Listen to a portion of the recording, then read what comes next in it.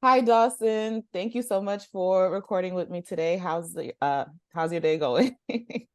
My day's going pretty well, Melissa. Thank you for having me on. So like I said, we just got done with Marine Corps birthday and Veterans Day, and we're getting into the holidays are coming up, so it's great to cut out some time to come onto your podcast and have a discussion with you. Yeah, usually around this time, people are like, let's do it in the new year. So thank you so much.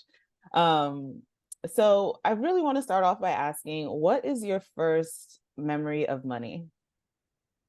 That's somewhat of a tough question. There's a few little nuggets in there, but I think my first big memory with money would have to be uh I had a ear infection and my mom took me to the doctor, and when it came time for getting that bill and that payment ready, she just broke down and was like highly upset. And at the time she had three kids, and money wasn't always there. We had a lot of stuff, whether it was the house or vehicles or you know a pool, whatever it might be, but it seemed like we were always short on money when it came to those emergency items on the budget.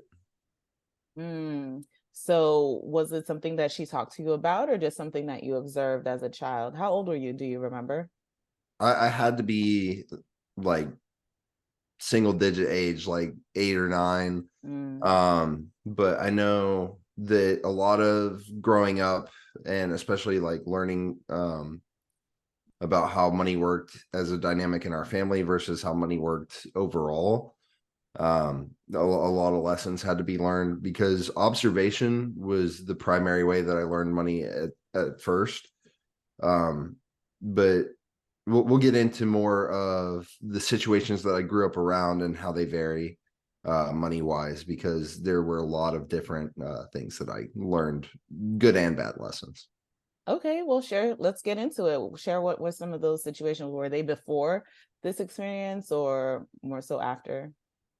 So I know I had a lot of family members who were more well off, but money didn't spread like that. It didn't, get directed towards emergencies or um, any issues that I was facing in life day to day. It would be more of like, okay, well, so and so's got three businesses and they're able to have their own money and not worry about so much like supporting us. So we were, in a family unit of five between my mom, my stepdad, and my two little sisters. We had, some hefty grocery bills. We weren't going like out to eat all the time. So we managed on our own, but it wasn't perfect. And when you're at like that, what I would typically say is like lower middle class, like you're scraping to not go below the poverty line. Um, Sometimes it can be difficult to see because sometimes other people only see what you have going for you versus what the negative impacts of your financial situation might be.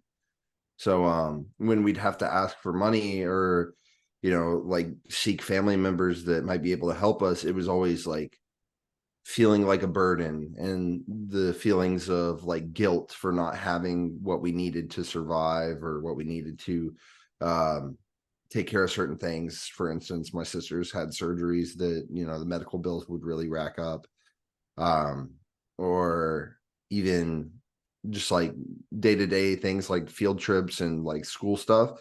It would get taken care of, but you could feel the tension when those situations came up.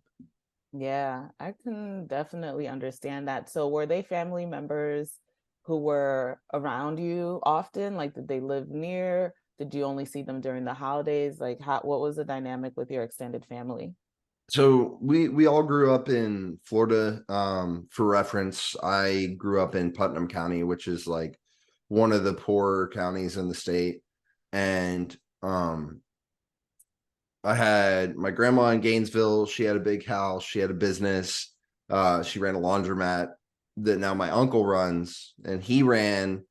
He had a mobile home company, and he has a couple other companies that he runs and his kids run companies. So like seeing that thriving aspect and seeing people like really successful running businesses and taking care of, all of their financial needs just off of their own hard work. That's one thing. But then also like seeing, two parents on 9 to 5s and taking extra work when they can, or having side hustles and understanding how like that kind of works. It was a lot of perspective for me growing up as a kid. And I knew the importance of money very early on because I knew, you got to take care of the necessities up front. So if you're not eating and sleeping and taking care of yourself, it's much harder to take care of all of the other money things that might come up in life. Tell me about it. Yeah. So when it came to like your parents and, well, just the adults in your life, did you see any of the back and forth between your parents and your family members who were well off? Like, did they make your parents and your siblings and yourself like feel less than, or like blame your parents for things? I don't know how really to word it, but like did you see any of did the family who were successful, did those members make you and your family feel less than at all? So sometimes, like this is something I gained perspective on a lot later. So it's one thing being like a younger kid, but then I gained a lot more information and a lot more knowledge than I probably needed when I was in my later teens and getting ready to move out and, take care of myself. I started to see like the financial issues that would come up and who was helpful and who wasn't. I know some people were more than willing, and that made us feel, grateful, and we were so thankful for their help. But also, like the more money that you have to ask for from people who have it, like you start to feel that guilt and that like feeling of either unworthiness or just not feeling like you've either earned that money or that you deserve that help. And that's something that I tell a lot of people around me. It's like, if you need the help, ask for it. Like, don't worry about the repercussions so much of like them feeling like you're a burden on them. Like if you need help, there are resources, and just because someone isn't willing to offer you help doesn't mean help's not available somewhere. Um, but I definitely learned a lot from seeing, how people respond to being asked for money. Because sometimes it wasn't always perfect, and they did tell us like, we can't do that, and I don't know where you're asking me. You have so and so XYZ. Like, why can't you do it yourself? That can be very off-putting, and it can put you in a negative headspace surrounding your financial situation. So that was an experience when, like I said, I was in my later teens. The money topic wasn't so like taboo at the dinner table anymore. It's like, yeah, I asked your uncle or whoever, and they told us basically you got to do it yourself. And at the time, doing it ourselves was like they both had full-time jobs, and it wasn't very easy. And I know in my mom's situation, like financial independence wasn't really like solidified. So there's a lot of times where it would become an issue either in the relationship, or um, she'd be concerned about something money wise and the partner wouldn't be as concerned. So they're like still going and spending money that we don't necessarily have. And it's becoming an issue.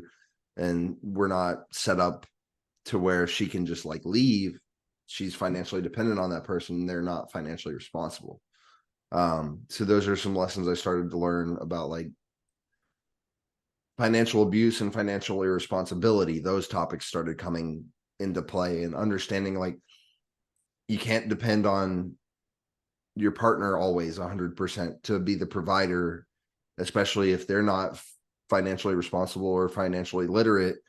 You have to also protect yourself, and self-protection and self-preservation are huge in the finance world, because if you allow someone to take full control of your financial situation, it can end up being good at first, but it can also destroy everything that you've set up for yourself. Yeah, absolutely. Um, which is very interesting, because there's a lot of discussion in terms of like just in culture about like wanting someone to take care of everything versus not wanting someone to take care of everything. And that's another conversation for another day. But so when you were younger, like before you got into your teens and started observing and understanding a little more, like the experiences, did they cause you to act any differently? Like how did you feel maybe in school, comparing yourself to some of your peers, or maybe cousins like, or family members closer to your age? Did that influence like how you felt or interacted with others? So a lot of my interactions in like peer level environments. So when I was in school, I know I didn't have like all this nice stuff. Like I had what I needed. So I tried not to center my mindset around like materialistic things, and I tried not to focus on what I didn't have, but rather be thankful for what I did. So like a lot of times, whether it was like, oh, we don't really have money for XYZ, so you're gonna have to wait, or you're gonna have to find a way to get some money to take care of that. It wasn't often, but like the things that we didn't have weren't like glaring issues. So it wasn't, I didn't have money for food. It wasn't, I didn't have money for, school supplies and clothes. Like that wasn't really an issue. I always hated school shopping though, because I felt like I was blowing through my parents' money. Like I was like, I don't really need all of this. I can just recycle school clothes from last year. And, whether I fit them or not, I was dead and determined to, not spend my parents' money, because I understood like it doesn't come easy. They have to work hours and hours to like take care of all three of us. Because I became a big brother at 8. So understanding, now there's two more, because my sisters are twins. There's two more kids that have to compete for what they're able to provide for us. So I tried to kind of minimize how much money that I was taking up from the family. And I had times when I felt like the burden, and I didn't really want to ask for things. Like when Christmas would come or that kind of thing, I'd be like, I don't want anything. And I still do it sometimes now, where I'm like, I don't want to be showered with gifts like that. Like, but always, I always felt taken care of, and I felt like I had what I needed for the most part.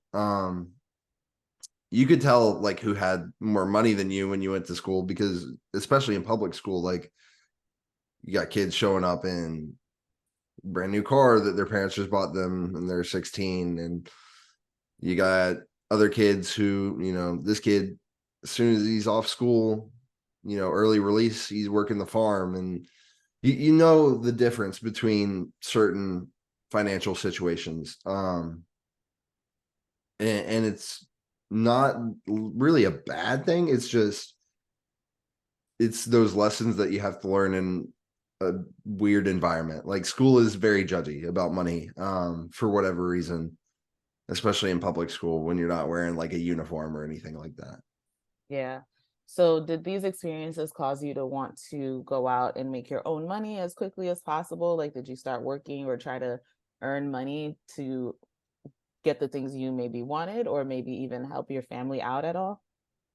Yeah. So the experiences didn't like directly make me want to go out and earn money, but I knew like there's this timeline. It's like, okay, you're 15, you get a learner's permit, 16, you should have your license. That didn't work out for me. We'll get into that. But and most kids around me were working at like 16, 17, some even earlier. So I was on my bicycle pedaling to businesses, dropping off my job applications and stuff.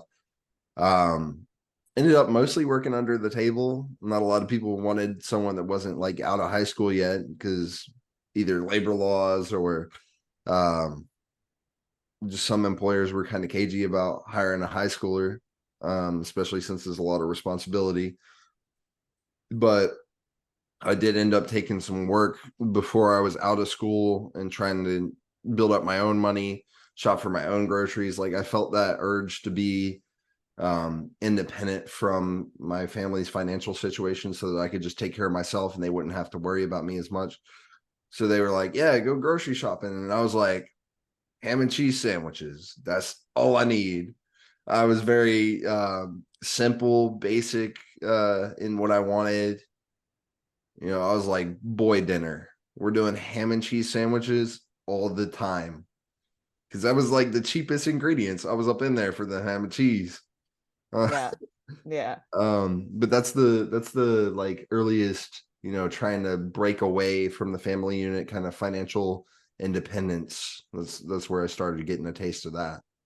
Okay. And so you mentioned earlier a little bit about the teen years and the family dynamic between your immediate family and your extended family, um, and some of the lessons that you learned there. So as you started to observe things more and understand more, do you feel like you held anything against anyone, maybe like your parents or even other members of your family? I don't I don't think I hold anything against anyone, but I definitely understand, you know, just because someone did it this way doesn't mean that that's the way that I'm going to do it. So I definitely hold some like core lessons. Like I know I learned very early on that there's certain things that are important and you should like take care of financially, and then there's things that you can go without. So especially watching my mom's relationships, that was like, okay, never fully lean into a partner financially, like always have a backup or some way to take care of myself, because if we're both not straight on finances, that's like a huge problem, and it's only going to lead to like bigger issues in the future. Or the dynamics between family and money. So like I learned not to blindly lend money because, I had handed a family member $300 and it just kind of disappeared with like no expectation of return because they spent it on like something that was not what they told me they were taking it for. Um, and then like relationships between family members and capability of support. So what I mean when I say that is like someone who's financially well off doesn't always think about, reaching back down and providing that support that's needed. And it's not a responsibility, but it is an element of kind of social aspects with money. So like if I see one member of a family is the only one thriving, and then like there are people that are asking for support, they're not responsible to support, but it puts a bad taste in my mouth personally if I have the capability to support family members and then I don't, because I know if I didn't try everything I could to help them, I'm going to feel negative about it on the back end. So I try my best to set aside some money for family issues and responsibilities to take care of someone who's struggling if I have to. Um, Outside of that, like, again, no bad blood with money. It's just a lot of lessons learned. Like, don't overextend yourself in debt, because that's kind of like how it worked when I was a kid. We had a lot that was just loaned out, or like um things we didn't need, like just an abundance of things we weren't using and didn't need, and just spending loads of money on those things to hold on to them to feel like we had something. Like that was, in my mind, that's financial irresponsibility, because if you're carrying debt, you're paying interest on an item that you could have either saved for or um taken a route where it wasn't so all at once. It felt like very keeping up with the Joneses, like, yeah, got a full driveway and a house and there's some toys out back that cost a couple $100s a month a piece. Like it's great to look at, but it's not great to feel all those statements hit every month. Um, Yeah. it's definitely a concern of mine to not overextend and like get things that I don't need. It's nice to have, but if I don't need it, I don't want to spend money on it. So that's a lasting lesson as well. Yeah. So many people wanting to keep up with the Joneses, keep up appearances, and it can put you in a lot of trouble. So going a little further into like your adult life, so you are a military veteran. Did your experiences with money have anything to do with the decision you made to go into that in that direction? Absolutely. So initially, I was so against the idea of enlisting in the military, giving up years of my life to pursue anything like career wise military, didn't want to go overseas or do anything like that. And then this is the weirdest way to join the military. Don't advise it, but like I was being pressured by my mom's boyfriend to find what I wanted to do and like succeed in school and accomplish things so that I could get a good job. Understandable like motives to put pressure on a kid to like succeed, but also I did not enjoy the methods and means that he took to kind of push me in that direction. One of the things that he would always say is like, either you can get a job or we can send you to like military school and get you signed up for the military.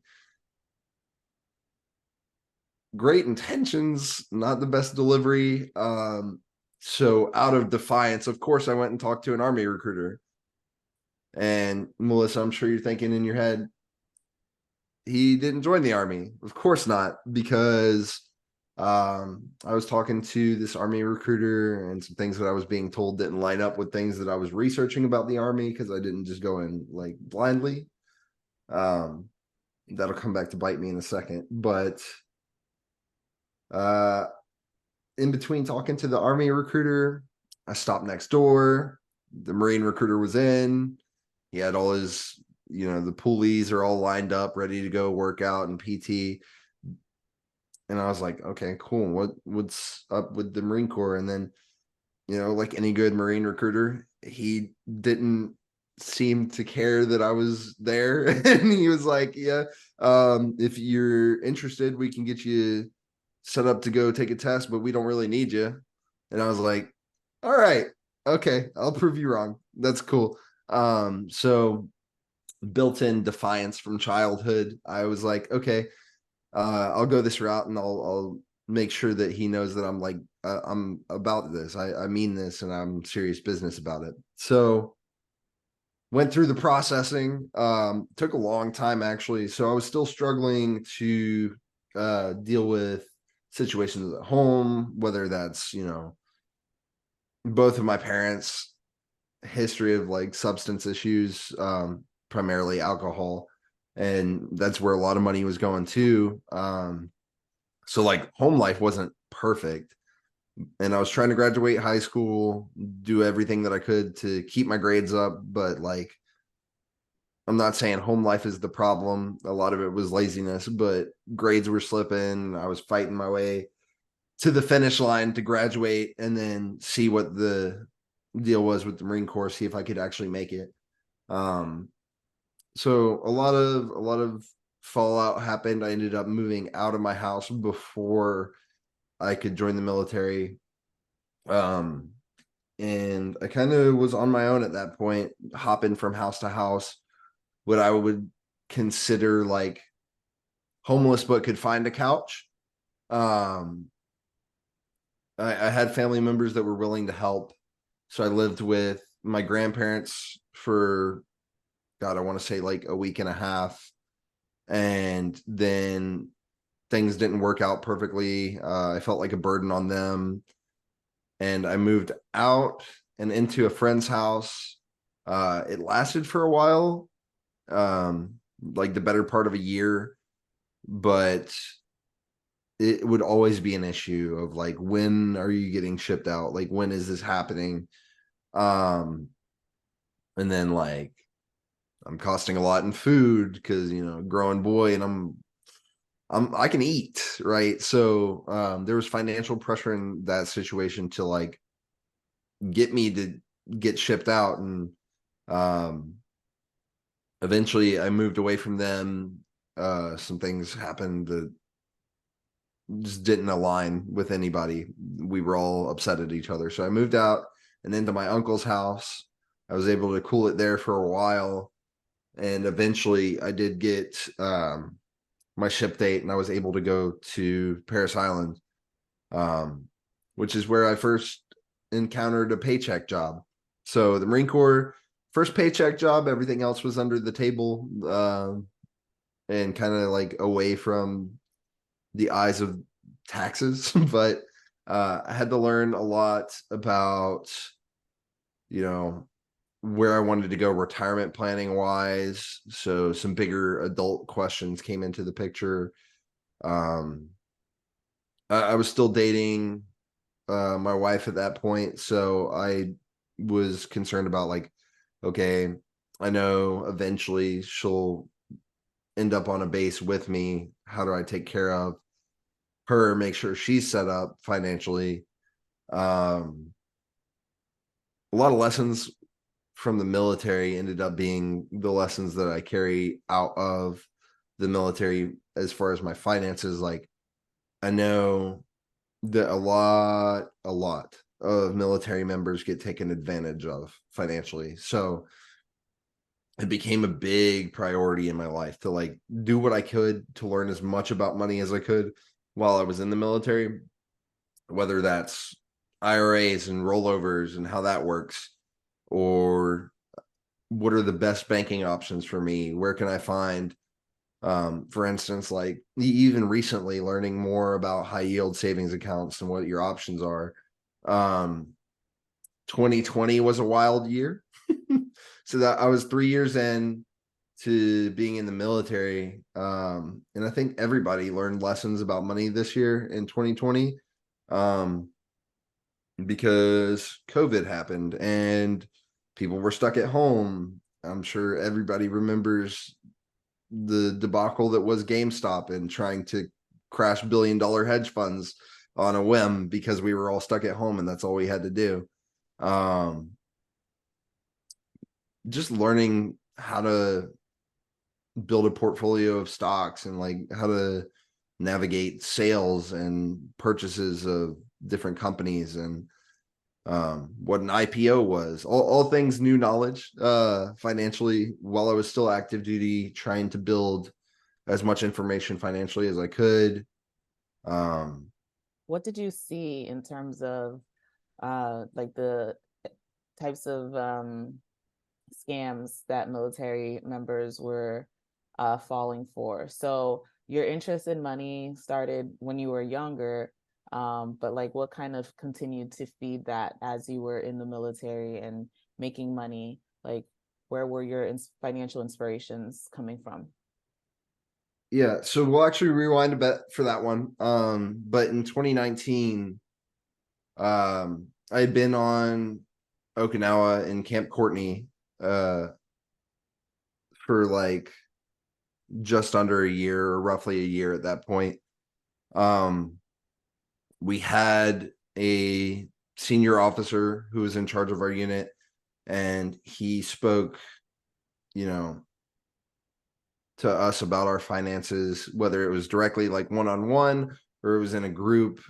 He would host like a little financial Friday in like our break room, and he would talk about, what are your allocations in your retirement fund? Don't worry about just getting the percentage of your money in there. So he was a huge financial like role model for a lot of people at the unit, and kind of brought that discussion to the table instead of having everybody feel cagey about it. Um, discuss like home buying and like how to navigate a joint account with your spouse, and like how to make sure that you're both set up for success instead of, just drawing money from one account. understanding like how to utilize it and how it could benefit you. And we talked a lot about, the big one for me was retirement accounts, because in the military you get set up on TSP, which is essentially a 401k. You can go Roth or traditional as far as your investment options. And there's some other aspects to it, but that's at a certain like dollar value. But just taking everyone aside and saying, where is your money in your TSP right now? And understanding that if it's sitting there and it hasn't been allocated to all the funds that are available for your choice, it's not going to grow as heavily, because what they did at the time was, no matter how much money you put in, if you didn't have access to the account and you weren't moving it, it was sitting in a slow growth like government bonds. So people would get out after 10, 16, 20 years even, and what they had been investing, whether it's 5% or a larger portion of their check, those investments might not have grown the way they expected them to, because they didn't access the account or they didn't pay attention to it. So he made it a priority for all of us to get our mail. And Japan is not the perfect place to receive mail. I had applied like 3 separate times to get a by mail, snail mail account username and password to log into my retirement fund. From what I hear, the process has been somewhat streamlined since then, but at least in like 2018, 2019, to get access to our retirement accounts, we had to wait like a month plus to get the password and username in the mail. So that was already an issue. You'd think about it, request it by mail, and then hope and pray that it gets to you while you're in Japan. That was a fight for sure. But then I was comfortable enough to send them like, hey, this is what I'm investing in. These are the things that I've chosen now that I have access to my account. What do you think? What are the highest growing? And I was able to like really deep dive and see what the highest growing funds in the retirement plan were, and like assess, how do I grow my money? How do I put these big percents on the table and come back with something that I'm satisfied with? Other than that, just like, I know Navy Federal had a bunch of programs, and I would go visit the Navy Federal branch on base when I was like trying to plan, okay, how can I save money? How can I make sure that I don't end up in a situation where I'm like either one, forced to go to the chow hole and eat like whatever they put on my tray, or like I wanted a car at the time, but again, this is where we're getting back to my license. I didn't get a license when I was stateside, so I ended up in Japan for 2 years with no driver's license. So I had to come back to America at like 21 and get my driver's license. God bless. There were a lot of different things financially that I wanted to take care of, though. Whether that's when I get back stateside, I want to propose, and thankfully that worked. So now I'm married, and then I wanted to buy a house. So I wanted to make sure my credit was straight and that I didn't have a bunch of credit card debt coming back to the States. And I wanted to set myself up for retirement eventually, whenever that does happen. I think the average age has moved up quite a bit since I was junior enlisted.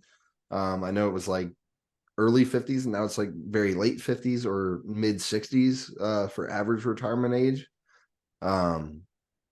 Economic situations just developing all the time. So whether that's like COVID, Russia, Ukraine, and now even like Israel, Palestine, like the economic impacts globally were things that I was also paying attention to, because like military position, I was intel.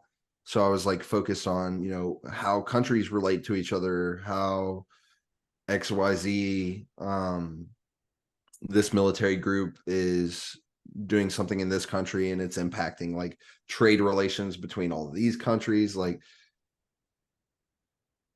I became very heavily interested in not only my personal finances, but like the way that global economics worked and how does that impact, the American consumer economy. Like, huge topics that a lot of people don't care about, but it became like really like, how far away am I from the ripple effect? How can I prepare for, what this country is doing and how it's going to affect me?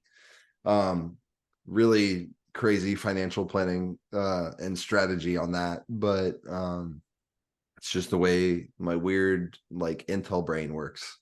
I started to develop some tactics money wise around that too. Yeah. Um, so you talked about the things that you've learned about money, whether from observation or someone taught you, but share some of the mistakes or the decisions that you made that maybe had a negative impact on your finances. Yeah. I haven't had a whole lot of crazy negative impacts on my finances, but I definitely have made mistakes. So for instance, like I talked about, not getting access to that retirement account until I was already a year in the military definitely set me back some. Um, Buying a Hyundai, I'll put that one on the mistake board because the maintenance, while it's a reliable and durable car that has survived a couple dings and bruises, I definitely don't like repairing engines. So I had to learn some lessons car wise. Um, as an adult that I wasn't really understanding as a kid. Like, okay, this is your car payment. Financially, I was able to prepare for the car, and I was able to pay it off within a year because I didn't buy a new car. Kind of learned that lesson from the military. A lot of dudes will go off base, or a lot of people will go off base, buy a new car at a super crazy high interest rate, and that's like very predatory against military. Like, we have a dynamic relationship with car dealerships. It's interesting to see. Um, the car thing for me was never too crazy, but I definitely wasn't prepared for like maintenance costs. So I think I should have set aside more money instead of just like paying car down. I also need to make sure I have like a fund to take care of maintenance for it. Um, One lesson I didn't learn from that is anything with a monthly payment is going to have a maintenance cost. So I jumped into my first home at the end of my military contract and didn't really understand how everything worked as far as home loans. But I knew, similar concept, you've got an interest rate minimum monthly payment and you've got to be able to pay off within a certain time, or you'll have to remortgage or refinance. Not saying that those are bad things. They're definitely able to be used in a good way. Um, One of the things that I learned as far as the house is the maintenance cost. For instance, right now, I'm rebuilding the entire fence for the backyard because the gate blew down and some things weren't being upkept and like taken care of. So now it's my responsibility to take care of it because I don't rent, I own. So all maintenance, that's on us. Gonna have to redo some floors too. So home reno is definitely on the schedule. Um, Excuse my dogs, they're making noise outside. Um, but just all of those things that you don't think about initially, like, oh, it'd be nice to have a car, it'll be nice to have a home. But then all of the like maintenance things start to pop up and you're like, okay, this is a responsibility. It's not just all fun and games. Those are things I had to learn. And then just like the income difference. This is something that a lot of people talk about, but like transitioning military, you're not guaranteed to have the same like cushion and amount of money that you're making before. So like it's great to say, oh yes, this is a super transferable like skill set. I'll be able to do this somewhere else. It's another thing to actually go apply, get the job, make the same amount of money. So I, for instance, make a lot less money than what the military like quality of life and like level of income that I had before. Um, like if you include all the benefits, it's a lot of money. But annual income now, like I'm having to do essentially more with less. So I've had to learn how to better allocate like my budget and determine, what money do I need and what money do I like want to have in order to feel comfortable, and how do I get there. So I've been able to hold like multiple jobs and take care of all of the things that I need to do, um, while also still having like the mental health to do things like hop on a podcast and, talk about it. And this is like, in a way, this is financial therapy, and that's been described to me on my podcast. But I do appreciate you holding a platform where I can like just speak about the financial situations that I'm in. That's wonderful. And it definitely helps me kind of self-analyze and determine, where am I at right now? Where do I want to be, kind of things. But the lessons I've learned, definitely a lot of responsibilities tack on, and having an income difference that I have to account for. I think those are the big lessons that I've learned coming out of the military and transitioning into civilian life. Yeah. So from your perspective now, thinking back to your experiences growing up, do you look at things a little differently? You have, like you just said, more responsibility. You have a wife. You don't have children yet, right? But you have No, pets. just Yep. pets. You And have lots of pets. well, I guess you could call this having children, but we brought in my brother-in-law. So we have him living with us. So that's an additional, responsibility that's on there. And we have to make sure that he's set up and he learns the money lessons before he jumps out into the world. So that's a thing that's been going on for a couple of years. Um, Definitely a learning lesson there, and trying to navigate a teen mind with money, having gotten lessons as an adult. Still learning So them. I think we're all still learning, and still also trying to teach ourselves and teach others around us. It's a continuous cycle on that. absolutely, I agree. It's a journey, and you're welcome for what you said earlier regarding like having this platform to kind of reflect and self-analyze. But that was really my goal. I wanted people to be able to hear other stories and understand that everyone has a different journey, but at the same time, we are very similar to one another, and that no one's situation is perfect, whether you come from money or you don't. Um, Everyone has ups and downs with finances. So, um, what are some scripts or money behaviors or beliefs that you're looking to improve, or that you've had in the past that you no longer have, or some new money scripts that have come along? Are you familiar with the term money scripts or? I'm actually not familiar with the term money scripts. I do I kind of get where you were headed with it. As far as like mantras or things that I carry forward with me now that are like kind of reminders of what my financial fiscal responsibilities are, as far as like what I need to take care of money wise, I definitely just remind myself, one, stay humble, and two, if it's something that I want, then I'll have to work for it, and it's achievable. It's never like out of reach. Um, this is one thing that I've been trying to bring in to my like daily reminders, is like there's not a shortage on money. It's just, how hard do I want to work to achieve where I want to be? And that's not to say that like money isn't tight all over the world, because it definitely is. Um, but there are ways that we can overcome the challenges that we face. And it's never like too late to start worrying about your personal finances and start um, tacking on new strategies and learning how you can get out of either a negative situation or improve a good one. Absolutely. So that was, you kind of went into my next question, my final question, which is what advice you would give someone on their financial journeys right now. Did you want to add to anything that you just said in terms of like the lessons you've learned and that you want to pass on?